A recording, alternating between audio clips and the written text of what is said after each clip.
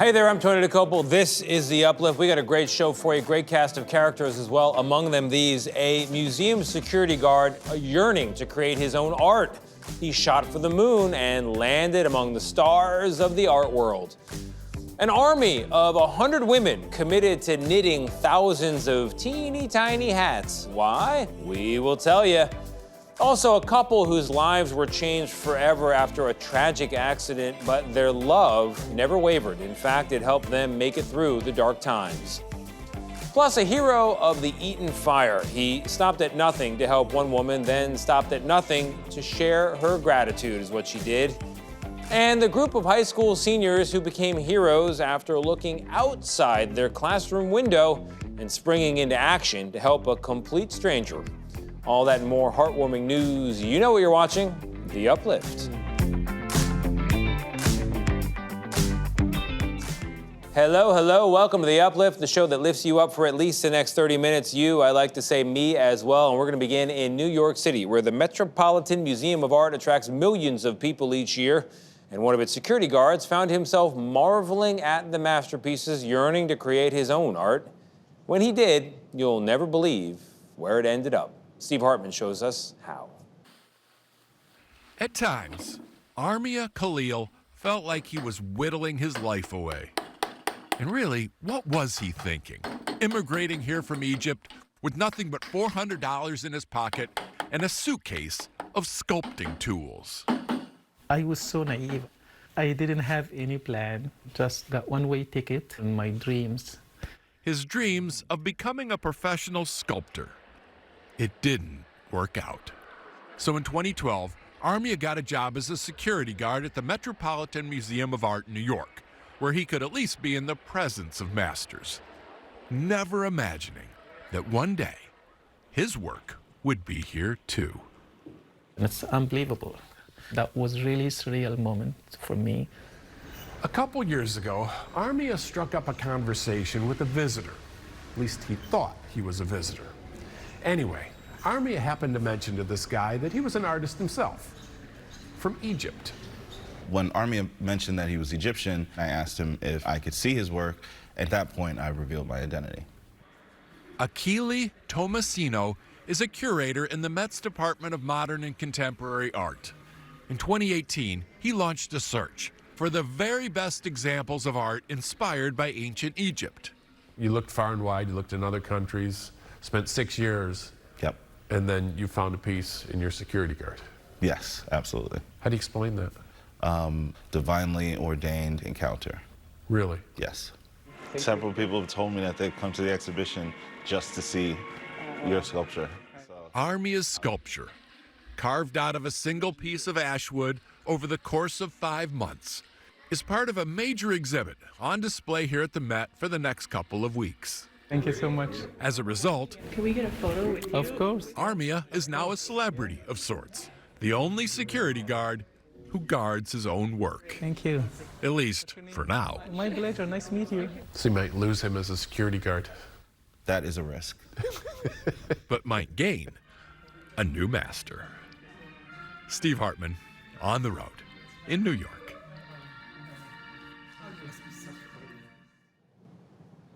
Coming up, how a Northern California hospital is using a different kind of therapy to treat their youngest patients battling cancer. Plus, an army of 100 women, all from Minnesota, come together for one mission. Find out why they are so committed to knitting. Coming up.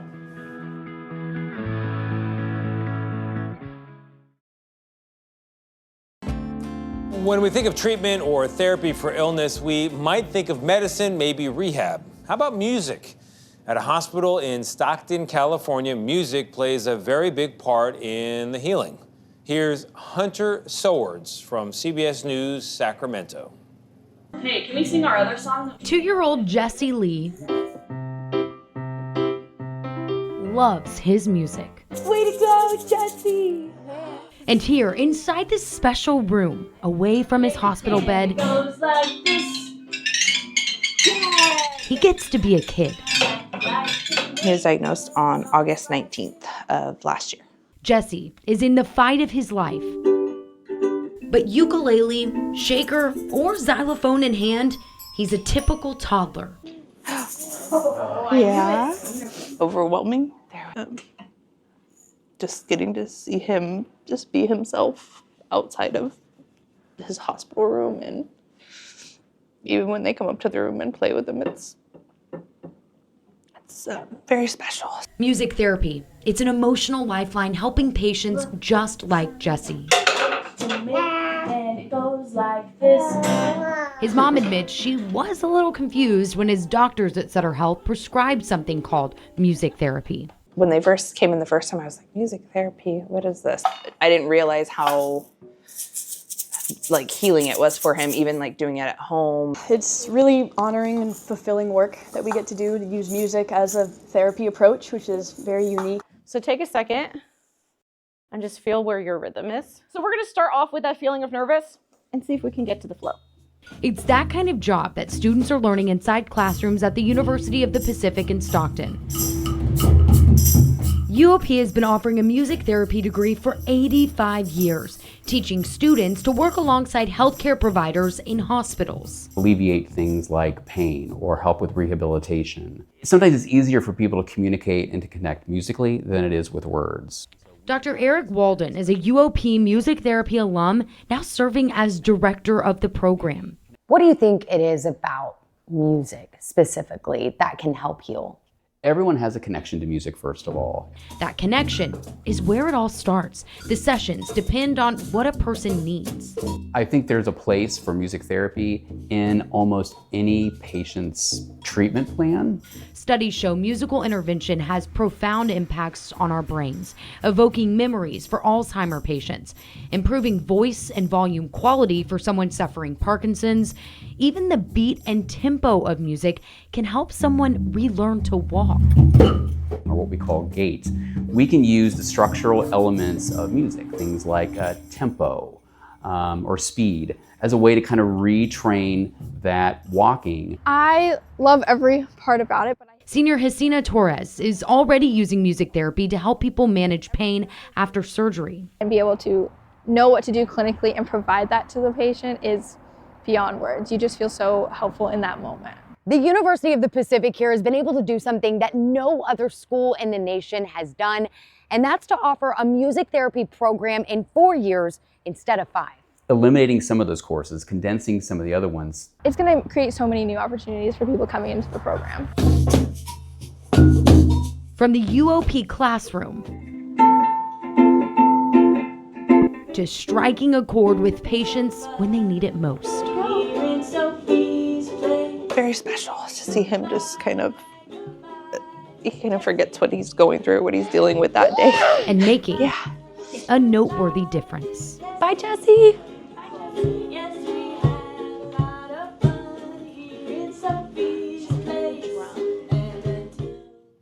A group of 100 women has created a knitting army in Minnesota. The mission? Making hats. Thousands of them, in fact. What are they for? Derek James from CBS News, Minnesota, has the answer. Babies born at Maple Grove Hospital go home with a gift almost as precious as they are, a handmade knit hat. There's never two hats alike. Judy Brossard had no idea how large an undertaking it would be when she and 2 friends were approached 15 years ago to knit a hat for every baby born at the hospital. So we would get a call from the hospital saying, is anybody working on a hat at home that you can get done? Because we've got mothers in labor and we don't have enough hats. In need of more recruits, Knitting Grandmas and Friends was born. Last year, over 5,300 babies were born at the hospital. That's just over 14 a day. The group's roster is now 100 members to keep up. 20 to 30 of them meet at the Maple Grove Community Center every Monday afternoon. Colleen Curtis is chair of the volunteer effort. I think it's very important, and it gives all of us a sense of purpose. Stitch by stitch, each hat can take 3 to 4 hours to make. And how are your fingers feeling right now? My fingers are feeling like, oh, I gotta get another stitch in here. Members drop off a variety of hats they've been working on at home, start new projects, and socialize. We just have such a good time getting acquainted, supporting each other. On this day, they celebrated a new milestone, 67,000 baby hats, and a visit from Kirby. He's 9 weeks. One of their new recipients. We wanted to say hi and say thank you for the hats. Last month, the hospital made an appreciation post for the knitters on Facebook. What followed? Hundreds of comments from thankful families and plenty of pictures of their newborns in the hats. Brought tears to my eyes because it's just very, very special. It's good for the soul to know that at this age we are still contributing to something that is simple to do and yet means so much to families. Derek James, CBS News, Maple Grove, Minnesota. Coming up, a love story that proves no matter what challenges you may face, love can heal all.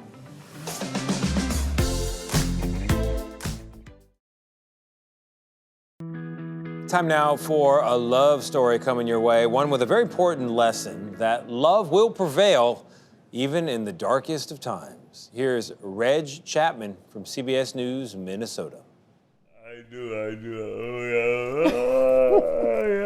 Love and unwavering devotion. For Lynn Hervey and Jamal Collins, their love was tested and is surviving. They met in 2017 when friends set them up on a date. He was really, really cool. We went out to eat. We went go-karting. We went to an arcade. We did so much that day. Like, that's how you kind of like wiggled your way in. Jamal knew this match was forever. He wanted to marry her. He asked me twice, but the way he did it, I was like, I just feel like you should do more. So I said no. After 2 years, Lynn finally said yes. Yep, we had a baby. Yep, we got a son named Jamal. We call him Junior. We lived together. He got he started a business. And then the unthinkable happened. It was April 16, 2020. Jamal was with friends on Irving Avenue North in Minneapolis, and someone started shooting. At 9:45, his friend called me and he said, Jamal is shot and he's dead. Jamal was shot in the head and rushed into surgery. Lynn was told he was brain dead and to consider organ donation. I know he ate right and stuff, so physically he's gonna be able to get there. And I know one side is gonna be weaker, but I know we're able to get that stronger. And I was like, I'm keeping him here. Years of therapy and hard work by Jamal, Lynn and her mother, Renita, paid off. He had a trach. Trach is gone. He had a feeding tube. Feeding tube is gone. The couple documents his triumphs and challenges on social media. Love Saves You is followed by almost 1 million people on TikTok. Okay. But my biggest goal is just helping him get his voice back. He want to walk, but I want to hear him talk. 2025 brings a new journey for Jamal and Lynn. We found a facility for Jamal to go to. They have aphasia, ataxia, which the aphasia is what's happening with him talking, and the ataxia is him walking. Both are ready for this new challenge because they know love has no limits. With photojournalist Nick Luneman, Reg Chapman, WCCO News.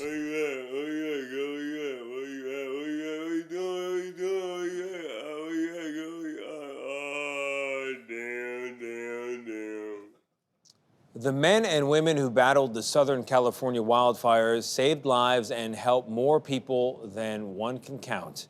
One firefighter, though, stopped at nothing at all to help a woman in Altadena, and then she stopped at nothing to thank him. Here's Joy Benedict, who helped relay her message of gratitude.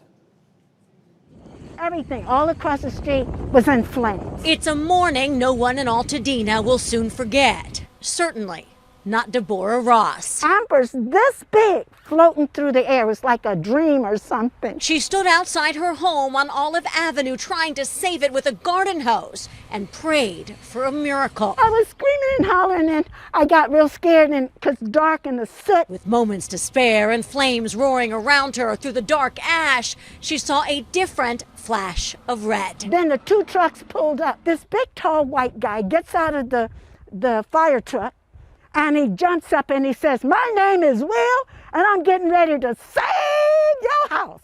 And I said to him, while he was walking, I said, "You don't give a blink about my house." And he said, "Ma'am, I am not going to let your house burn down. I am not going to let your house burn down." And he and his crew saved it. In my home, I just got smoke damage. Walking around her home almost 4 weeks later, still damaged and smoky, Miss Ross can't help but remember the brave men she now calls her heroes. Well, if you're out there, thank you. I love you guys. With a little searching, we realized We were there too. We're here on Olive right now, and the crew wasn't too far away. The 4 firefighters who showed up that day came from Cal Fire Riverside Station 73 in Temecula. Did you find Will? I did. I found Will. He's right here. Good afternoon, Deborah. Captain Will Smith has been a firefighter for more than 20 years. Was there anything about Deborah that made you remember her? Oh, yeah, her stubbornness.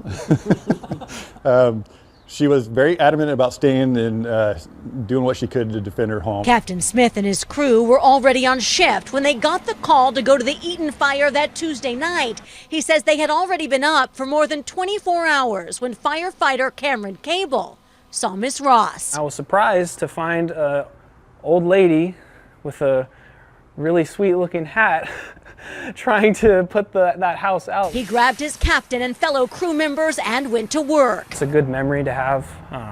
Definitely we won't forget it. We won't forget her. In fact, they found her again 2 days later when she showed up to get clothes and took this photo. But then it was back to work for 3 weeks in Altadena. But with thousands of homes lost, they admit saving her home is bittersweet. In stark contrast to, all the homes that we didn't save, because it's not a good feeling. I won't ever forget those either. What did I tell you? But for today, these firefighters say they will savor the joy of this one homeowner and smile that they made a difference on this street and were able to fulfill their promise to Miss Ross and give her something to come home to. I need to see Will to give him a big hug and tell him thank you. Those guys saved my house. Joy Benedict, KCAL News. Coming up, David Begnaud takes us to Iowa, where on an otherwise normal day, 3 high school seniors became high school heroes. Stick around, that's coming up. So sometimes young people who come to a school like this are thought to be trouble. Yeah. And then you do something like this, and what do you think that proves to those people? Prove them wrong. Davison? Proves that we're better.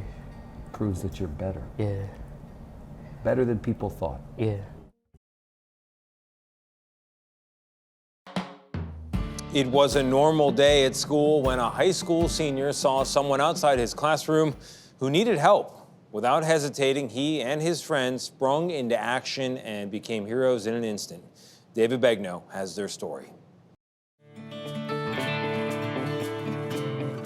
Welcome to Ottumwa, Iowa. Population, a little more than 25,000. The Des Moines River runs right through it. So does the constant rumble of the BNSF Railroad. More on that later. The town is well known as the birthplace of actor Tom Arnold. And this being Iowa, it's collected its share of presidential visits over the years, from Benjamin Harrison in the 19th century to Barack Obama in the 21st. Still, Ottumwa seems like an unlikely place to find a superhero. Where was he? Show me where he was. Let alone 3 of them. Did he fall here in the track? Yes, sir. Clinton Ring, Paul Clannery, and Davison Hartman are 3 seniors at Gateway High School. Friends who may have just saved a life. That second window right there. The 3 were in their classroom in late October of last year when Paul saw something outside. So you were looking out the window and you saw him fall? Yes. And what did you think in that moment? To be honest, I felt like he needed help. So I just told these guys to come and help me out real quick. A school security camera recorded what happened. Paul saw a man in danger. He'd fallen on the train tracks that run directly behind the school. He was struggling to get back up. And remember, this is a very active railroad.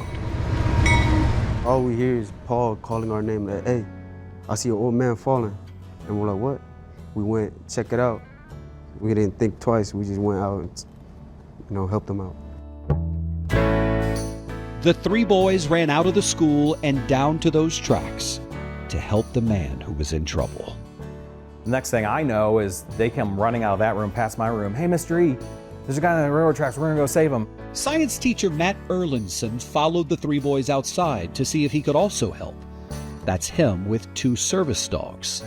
Kind of by the time I was out there, they were kind of getting to him and helping him up off his feet, and then they started walking him to the bus stop, and that's about 2 blocks away, and I decided to pull out my phone and take a picture. It was these 2 young men on each side of this older gentleman with, you know, his arms around them, and it was just, you know, a selfless act. They didn't wait and ask for permission. They just said, we're doing this. And here's the thing about those kids and this school. Gateway High School is an alternative high school. A lot of them are attendance issues at the high school or deficient in grades. Aaron Ruff is the school's principal.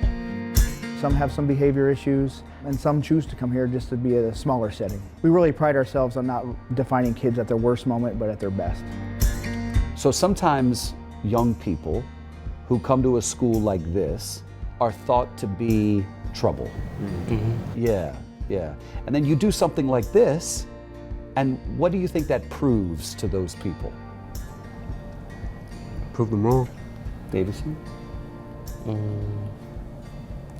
Proves that we're better. Proves that you're better. Yeah. Better than people thought. Yeah. As for that man who they saved that day, they never saw him again. He thanked them for their help and disappeared from their lives just as suddenly as he had entered. Have you wondered how he's doing since then? Have you thought about him since then? Yeah, most definitely. What do you think the takeaway should be for people across the country who may see this story and see 3 boys, friends, classmates, who helped a stranger? Be righteous for the people around you. Love that. Don't judge a book by its cover. Don't judge a book by its cover. You know, it's funny what shared heroism can do to bring 3 friends even closer. Davison, what do you think about your 2 friends, Vincent and Paul? I think they're great people. They help me a lot. They help others too. And I'm thankful for that, for bringing their friends.